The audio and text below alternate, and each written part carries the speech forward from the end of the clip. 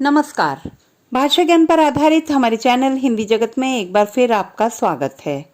हमारा आज का वीडियो कक्षा 9वीं और 10वीं दोनों में ही रचनात्मक लेखन के अंतर्गत सम्मिलित ईमेल पर आधारित है। प्रश्न पत्र में 5 अंकों का होने के कारण यह अत्यधिक महत्वपूर्ण स्थान रखता है।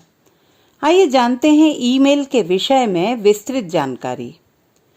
आधुनिक युग में संचार के विविध माध्यमों में इंटरनेट को सबसे महत्वपूर्ण माना गया है, क्योंकि यह संचार के क्षेत्र में सबसे तीव्र गति से कार्य करने वाला माध्यम है। लगभग 3 सेकंड के अंदर ही हम पूरी दुनिया में किसी भी जगह ईमेल भेज सकते हैं।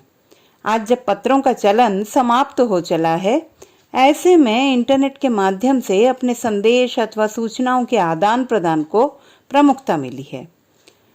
परिभाषित रूप में कहें तो इंटरनेट के माध्यम से अपने संदेश अथवा सूचनाओं को दूसरे तक पहुंचाने का डिजिटल साधन ही ईमेल या इलेक्ट्रॉनिक मेल कहलाता है। चलिए विस्तार से समझते हैं क्या है ईमेल। ईमेल शब्द 2 शब्दों के योग से बना है, ई धन मेल। ई का तात्पर्य इलेक्ट्रॉनिक से है तथा मेल का हिंदी अर्थ डाक है, जिसके माध्यम से सूचनाओं तथा संदेशों का आदान प्रदान किया जाता रहा है। वर्तमान युग इंटरनेट का युग है, जिसने न केवल कंप्यूटर के माध्यम से संचार जगत में तहलका मचा दिया है, बल्कि नेटवर्क के द्वारा पृथ्वी के एक कोने से दूसरे कोने तक हमारी पहुंच को भी बहुत आसान बना दिया है। अब बात होती है कि आखिर इसकी आवश्यकता क्या है। तो सबसे पहली बात कि विद्यार्थी इंटरनेट का प्रयोग करना सीखेंगे, आधुनिक संचार जगत से परिचित होंगे, नई तकनीक का प्रयोग कर कार्यकुशल बनेंगे। ईमेल को समझने के लिए इसे 2 भागों में बांटा जा सकता है, आधिकारिक या औपचारिक ईमेल और दूसरा व्यक्तिगत या अनौपचारिक ईमेल। हमारे पाठ्यक्रम में केवल औपचारिक ईमेल को ही सम्मिलित किया गया है। किसी को भी ईमेल करने के लिए हमारे पास हमारी तथा उस व्यक्ति या संस्था की ईमेल आईडी होना आवश्यक है। तो चलिए सबसे पहले बनाना सीखते हैं ईमेल आईडी। ईमेल आईडी के 3 भाग होते हैं। पहले यूजर नेम अर्थात उपयोग करने वाले का नाम, दूसरा प्रतीक चिन्ह यानी कि @ और तीसरे हिस्से में होता है डोमेन का नाम, जैसे कि .com, .net, .in आदि। सबसे पहले ब्राउजर में जाकर ईमेल का पता टाइप करेंगे, जैसे कि gmail.com, yahoo.com आदि। यहाँ क्रिएट एन अकाउंट पर क्लिक करके अपना पहला और आखिरी नाम लिखेंगे। यहाँ आप अपनी इच्छा के अनुसार नाम के स्थान पर कुछ और भी जोड़ सकते हैं, जैसे abcd12@gmail.com और पासवर्ड डालें। मोबाइल नंबर और जन्मतिथि लिखें, आई एग्री पर क्लिक करें, आपकी आईडी तैयार। ईमेल का प्रारूप क्या है इसे समझते हैं। यूं तो ईमेल सामान्यतः पत्र से मिलता जुलता ही होता है, फिर भी इसमें इसे पत्र से अलग करने वाले कुछ स्टेप्स फॉलो किए जाते हैं। तो आइए जानते हैं क्या हैं वे स्टेप्स। स्क्रीन पर दिखाए गए चित्र में देखिए। सबसे पहले बॉक्स बनाएं। ईमेल लिखते समय ध्यान रखें इसे बॉक्स में ही लिखा जाना चाहिए। फ्रॉम यानी कि प्रेषक अपना ईमेल एड्रेस इसमें लिखेंगे। टू जिसे मेल भेजी जा रही है उसकी मेल आईडी लिखी जाएगी। सीसी इसका अर्थ है प्रतिलिपि यानी कि कार्बन कॉपी। एक से अधिक ईमेल आईडी पर मेल भेजने के लिए इसका उपयोग किया जाएगा। बीसीसी यानी कि ब्लाइंड कार्बन कॉपी, हिंदी में कहें तो गोपनीय प्रतिलिपि। यह भी सीसी की तरह कार्य करता है, परंतु इसमें लिखा पता सीसी और 2 वाले नहीं देख पाते। इसके बाद सब्जेक्ट यानी कि विषय। मेल लिखने का जो भी प्रयोजन हो उसे संक्षिप्त में यहाँ लिखा जाता है।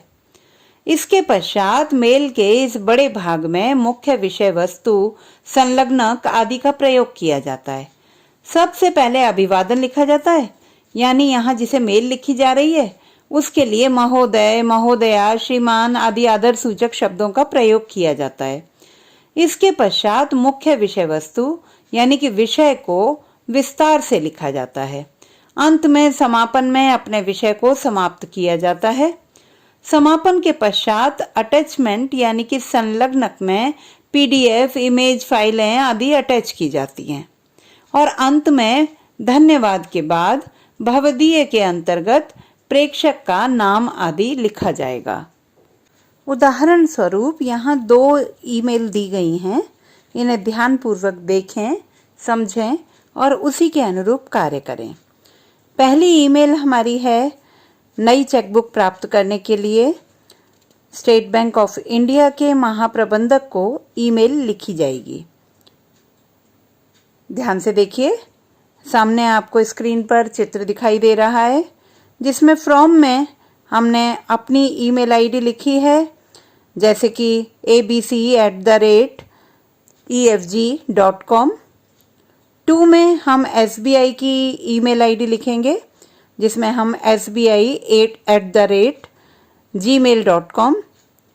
CC और BCC में यदि हम किसी को भी उसकी प्रतिलिपि नहीं भेजना चाहते तो यहाँ हमें कुछ भी लिखने की आवश्यकता नहीं है, इसे यूं ही रिक्त छोड़ा जा सकता है।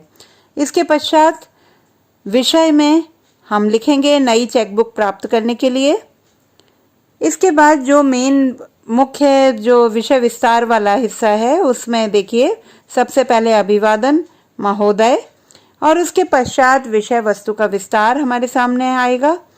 आपके बैंक में मेरा बचत खाता है जिसका नंबर, और यहाँ पर आप कोई भी नंबर जो है 10-12 नंबर का बैंक क्रमांक जो है वो वहाँ पर आप लिखेंगे।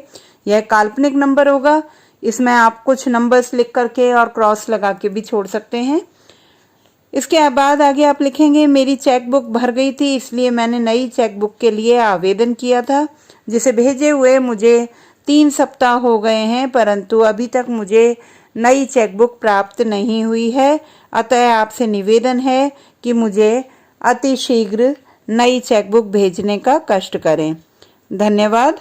और उसके पश्चात भवदीय, और भवदीय के पश्चात प्रेषक का नाम, और नाम क्योंकि हम परीक्षा में नहीं लिखते हैं इसीलिए उसके स्थान पर हम लिखेंगे क ख ग। तो ये थी हमारी एक मेल। हमारी दूसरी ईमेल है विद्यालय के परामर्शदाता के नाम, जिसमें उससे आग्रह किया जाएगा कि वह कक्षा 11वीं में प्रवेश लेने वाले छात्रों के लिए उचित विषय के चुनाव हेतु एक कार्यशाला का आयोजन करें। यहाँ फ्रॉम में हम अपनी ईमेल आईडी लिखेंगे। 2 में स्कूल की ईमेल आईडी लिखी जाएगी। CC और BCC में यदि हमें आवश्यकता नहीं है तो इसे रिक्त छोड़ दिया जाएगा, अन्यथा CC में एक से अधिक हम चाहे फिर वाइस प्रिंसिपल हों या प्रिंसिपल हों या किसी अन्य को इसमें सम्मिलित करना चाहते हैं तो उन सब की ईमेल आईडी यहाँ पर लिखी जा सकती हैं। एक बार में एक से अधिक ईमेल आईडी भी यहाँ पर लिखी जा सकती हैं। BCC में केवल उसी अवस्था में कि जब हम किसी व्यक्ति को गोपनीय तौर पर उसमें सम्मिलित करना चाहते हैं तो हम उसकी ईमेल आईडी लिखेंगे यहाँ पर। और ये ध्यान रखिएगा, जैसे कि हम आगे कह चुके हैं कि BCC में लिखी जाने वाली ईमेल आईडी को ना तो 2 वाले देख सकेंगे और ना ही CC वाले जान पाएंगे। इसके बाद विषय, तो कार्यशाला के आयोजन हेतु विषय में लिखा जाएगा, और मुख्य विषय विस्तार में महोदय के साथ अभिवादन के साथ शुरू करते हुए मैं कक्षा 10 का छात्र हूँ और कुछ समय पश्चात ही कक्षा 11वीं में प्रवेश लेने वाला हूँ, और इस समय लिए गए निर्णय हमारे जीवन को नई दिशा दिखाने वाले होंगे। अतः ऐसे में मैं आपसे आग्रह करता हूँ कि हमारे भविष्य को ध्यान में रखते हुए कक्षा 11वीं में विषय चुनाव के लिए एक कार्यशाला का आयोजन कराएं, ताकि हमें अपने निर्णय पर पछताना ना पड़े और हम भविष्य के लिए उचित फैसला ले पाएं। आशा है कि आप जल्द से जल्द इस कार्यशाला का आयोजन करने का प्रबंध करेंगे। धन्यवाद। भवदीय क ख ग। तो बच्चों, आशा करती हूँ कि ईमेल के बारे में विस्तृत जानकारी और ये दिए गए दोनों उदाहरण आपको ईमेल लेखन के लिए सहायक सिद्ध होंगे। भाषा संबंधी किसी भी समस्या के समाधान के लिए बने रहिए सुनीता भटनागर हिंदी जगत के साथ। आपका दिन शुभ हो।